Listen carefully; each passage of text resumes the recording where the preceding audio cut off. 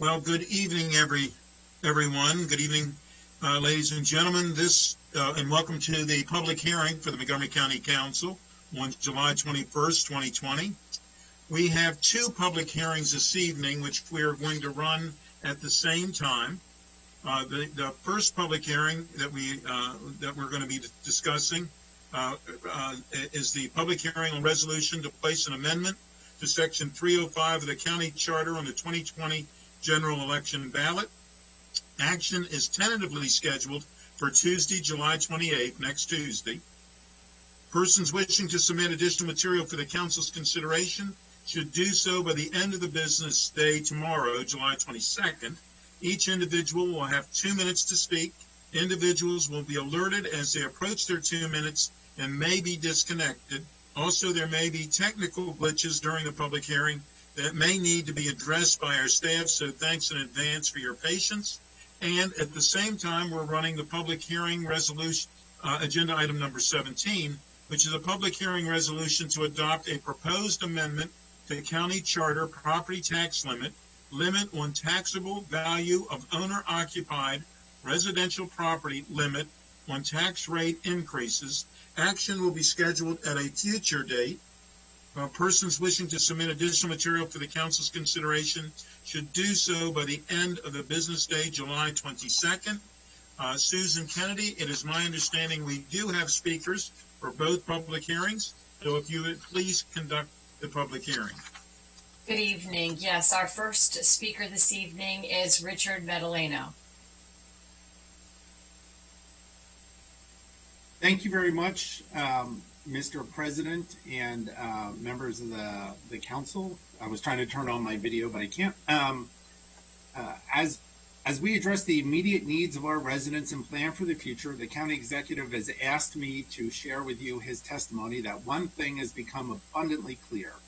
Our county government's fiscal structure has reached the breaking point and must be fundamentally altered.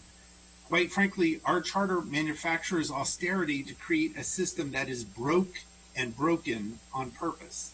It leaves our residents and our business community with a false perception that we cannot manage our resources.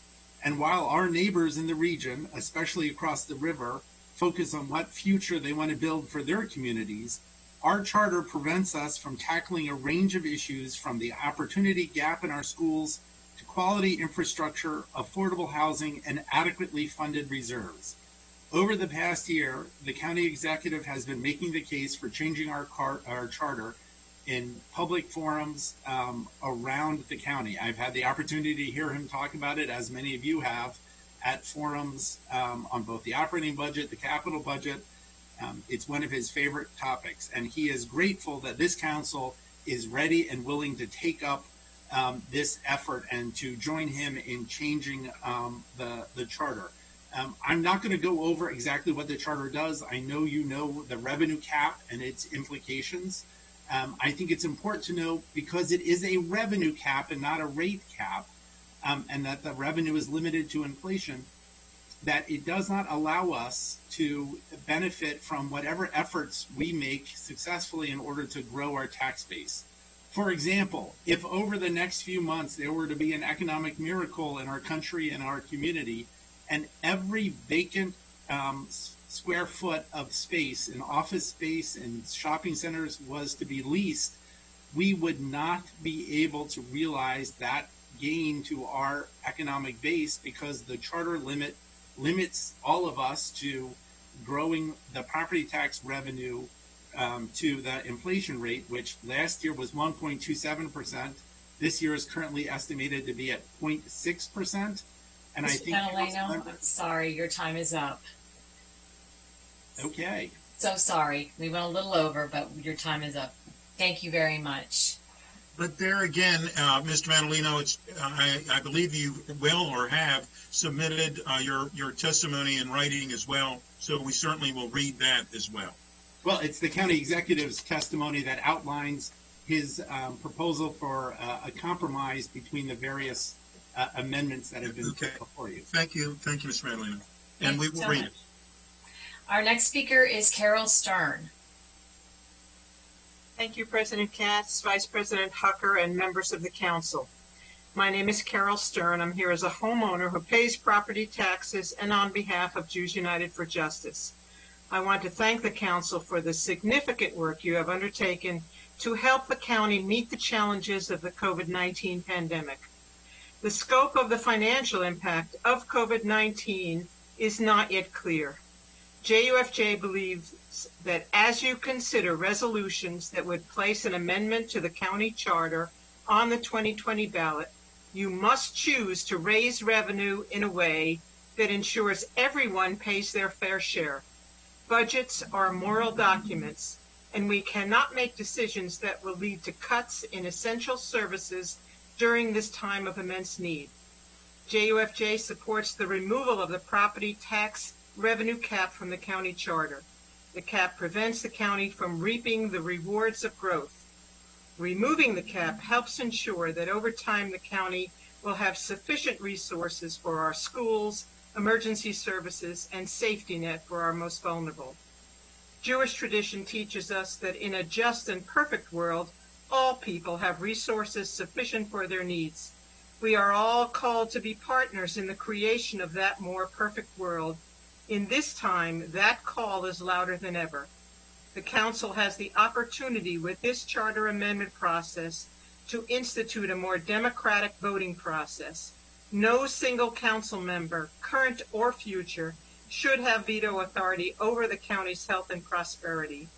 JUFJ supports County Executive Elrich's proposal to change the requirement for raising the general property tax rate to a 2/3 vote, and we oppose the requirement of a unanimous vote.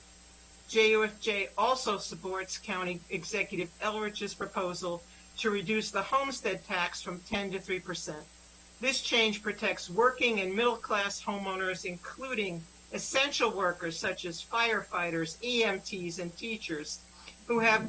Ms. Stern, your time is up. Ms. Stern, Thank you. Thank you very much. Our next speaker is Diana Conway.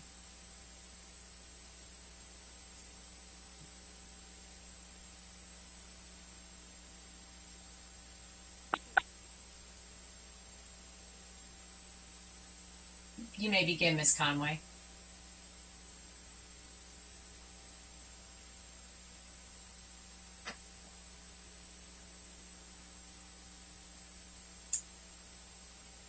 She might be having some audio difficulties.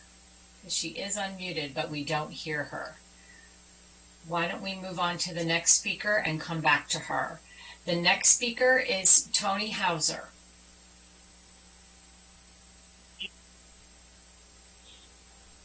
Council President Katz and members of the Council, I'm Tony Hausner. I'm going to give you my highlights. I strongly support a charter amendment which will allow us to capture the increased wealth from a growing economic base using property tax increases. Currently, our county finances are in serious jeopardy with the current charter arrangement. It requires 9 council members to lift the cap on the revenues that are only allowed to grow by the rate of inflation. Without lifting the cap, the county faces the following consequences. Our schools and other services are not adequately funded, and this situation will get worse under the current restrictions. This is especially true as we have population growth, which is not tied to inflation, and further state mandates on school funding will force additional funding requirements to grow faster than inflation. The current tax rate is much lower than it was in 1990, and I oppose the proposal that maintains the current cap on revenues and not allow any increases above inflation. This could lead to lowering of our bond rating from AAA. I've always appreciated the high quality of services in this county, but I'm very concerned that if we do not amend the charter, we will be in jeopardy of further serious reductions in our quality of life and services. I support the charter amendment proposed by the county executive, but urge you to support at least one of the amendments under consideration. The county executive's proposal has the advantage compared to the other amendments in that it does not require unanimous consent, which has been part of the problem with the current charter. Thank you. Thank you very much. Let's go back and try Diana Conway and see if she's able to speak now. Ms. Conway?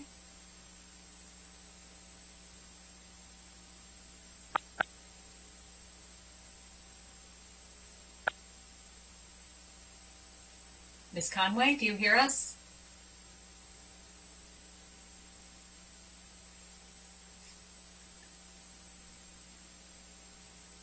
Okay, it still seems like we're having some difficulties with her audio, so we'll wait a little bit. If she could hang on, we'll try one more time in a little bit.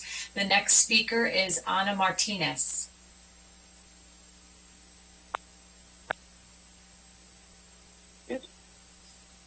You may begin. Hi, can you hear me? Yes. Perfect. Hi, thank you to the members of the council for the opportunity to speak. My name is Ana Martinez, lead organizer with CASA. I've been a Montgomery County resident for over 20 years, and more recently, I'm a homeowner here in the county. I'm here in support of the removal of the property tax revenue cap from the county charter. Although resources are limited, Montgomery County government has played an important role in providing support to our community. After COVID-19, our county could feel an economic impact, and we have to ensure that our local agencies funds to maintain the quality of our schools and various services that are provided to our community. That being said, I do support County Executive Elrich's proposal to reduce the homestead tax cap from 10%. As a resident, I understand the importance that our taxes play when it comes to supporting our local government and services. To ensure that the cap that could have a negative impact on the working and middle class homeowners. To make sure that we continue supporting the diversity of the county, including racial and economic diversity. We support County Executive Elrich's proposal to change the general requirement for raising the general property tax rate to 2/3 of the vote and oppose the requirement for anonymous. Thank you for your time. Thank you very much. Our next speaker is Jawa Hall. I hope I had that pronunciation correct. It's actually Dua, but no worries. Okay. Nobody apologies. gets it on nobody gets it on the first time. Okay, you may begin. Thank you. Good evening. My name is Dua Hall, and I'm the political coordinator for 1199 SEIU, United Healthcare Workers East Maryland, D.C. I'm also a Montgomery County resident and a homeowner residing in Gaithersburg. To Council President Katz, members of the council, council staff, and others who worked to put forward these options for a county charter amendment to go on the general election ballot in November, I want to thank you for your hard work in a relatively short period of time. Over the course of the last few weeks, a group of community members and advocates, many of whom are among those presenting testimony this evening, held meetings with each of you to express our concern for the ballot initiative being put forward in November that would limit the county's ability to raise the tax rate under any circumstances. While the resolution approved by the GO committee seems to have momentum amongst the council and would remove the revenue cap that prevents the county from reaping the full rewards of growth from commercial property, this measure does not go far enough to protect the county's ability to vote affirmatively on tax rate increases because it does not reduce the threshold of necessary votes required to do so. If there should be a change to the makeup of the council, removing at-large council member districts and replacing them with 9 single-member districts, one district member would have the ability to underfund the entire county. 1199 SEIU union members are working-class people. Our union members in Montgomery County are frontline healthcare workers in long-term care facilities. These are not high-paying jobs. However, they do not mind paying their fair share in taxes for the quality services the county offers. Due to a series of regressive initiatives passed years ago, the burden of property taxes falls disproportionately on middle and working class homeowners. Those in already wealthy communities have their taxes capped because their property assessments are declining annually while lower income community property taxes are rising. I ask that you consider the language in County Executive's proposal, reducing the homestead tax cap from 10% to 3% and lowering the threshold for a vote to raise the rate from unanimous to 2/3 of the council, while lifting the revenue cap so that the county can collect the full tax revenue we need. Let's ease the burden on our working class families and utilize this opportunity to take dramatic action through supporting a ballot question that both removes the cap and reduces the threshold. Thank you, and I'm happy to answer any questions. Thank you very much. I do believe we have Ms. Conway back on the line, so we'll see if her audio issues have been resolved. Ms. Conway, can you hear us? I can hear you. Can you hear me okay? We can hear you now. You may begin your testimony. Oh, thank you. Good evening, council members. Thanks for your patience. My name is Diana Conway. I'm testifying on behalf of the Montgomery County Women's Democratic Club. My written comments were submitted for the record. WDC is one of the largest, most active Democratic clubs in the county with over 600 politically active women and men, including many elected officials. We support amending Charter Section 305 and the intent of both the council and the executive to shift the limiting principle from a cap on total revenues collected to a cap on tax rate increases. We also specifically oppose the ballot initiative to eliminate the council's override authority. In the 40 years since 305 was adopted, the county has grown dramatically in population diversity and complexity, and in that same time, the property tax rate has fallen by 35% because of 305. A growing county is poorly served when a key source of revenue is guaranteed at best to remain flat. The burden from 305 is felt in both the direct fiscal hit and the compounding impacts that hobble the county and fall inequitably across our community. COVID-19 and its cascade of knock-on crises have crystallized the problem, and we ask you to act now with the county executive to protect property owners from unexpected increases in property values and to stop the erosion of property tax revenues. Stable funding is critical to building an equitable community with intention and vision. And finally, we urge you to be very cautious about instituting a requirement of unanimity. Straitjackets are a blunt tool for dealing with the changing world. Thank you for working with the executive to secure financial stability and enable us to take care of our own community. And I thank you for considering the views of the Women's Democratic Club and your patience getting them. Great, thank you so much. Our next speaker is Frank Santos Fritz. Good evening. Can I start? Or Yes, you may begin. Good evening. My name is Frank Santos Fritz, pronouns he and they. I'm chair of the Montgomery County branch of the Metro DC Democratic Socialists of America, or DSA. Per our DSA branch charter, I recognize we are on the occupied lands of the Piscataway-Conococheague tribe, the rightful present, past, and future inhabitants of this land. DSA sees the compromise proposal offered by the county executive as a reasonable first step in reforming our tax system. We oppose both the petition charter amendment and the language offered by the Government Operations Committee yesterday. In the midst of a global pandemic and the greatest economic crisis of our lifetimes, the County Council must take decisive action to enact robust and progressive funding for the social services our residents deserve. My analysis of the 23 ballot measures over the past 20 years in the county shows that the 9-vote threshold to adjust tax levels was neither inevitable nor overwhelmingly popular.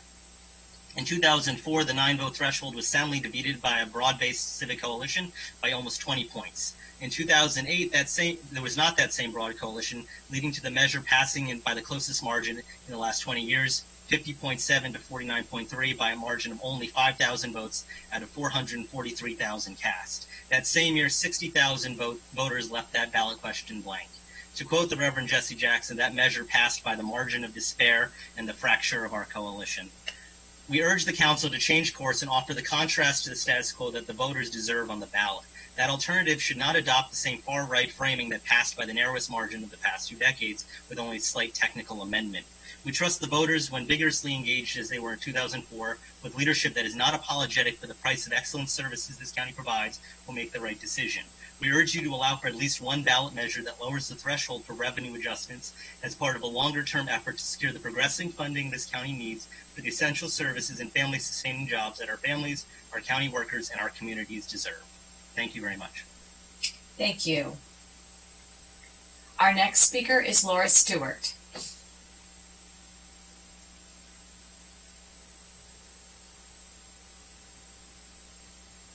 Good evening, Council Member Katz and members of the County Council. My name is Laura Stewart, speaking on behalf of MCC PTAs in support of the resolution to amend the county charter.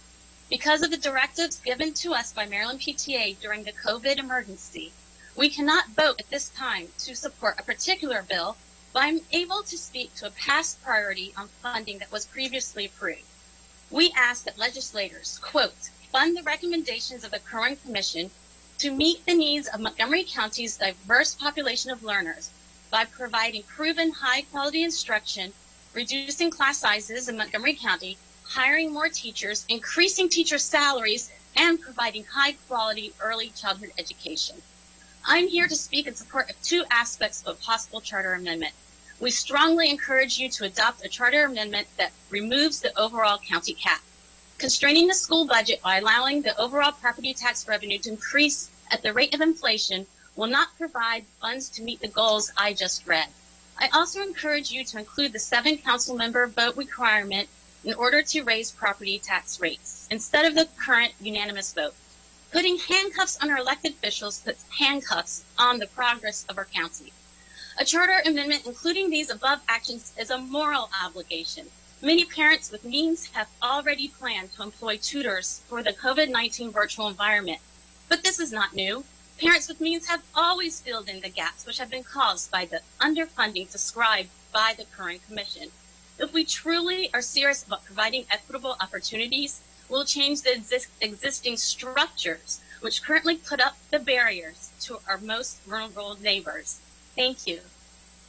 Thank you very much. Our next speaker is Robin Ficker.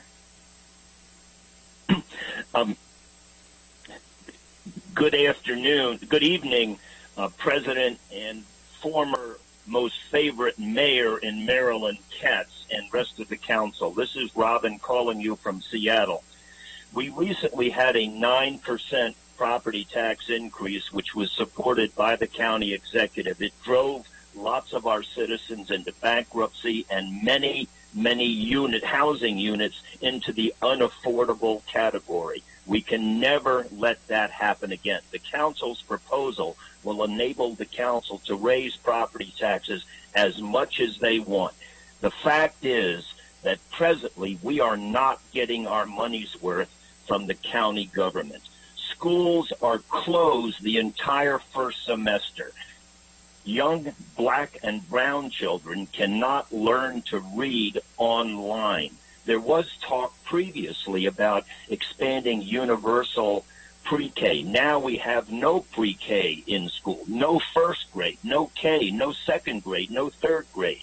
We're not getting our money's worth. There is no need to have school transportation, school cleaning, school crossing guards, none of that. All these expenses are gone.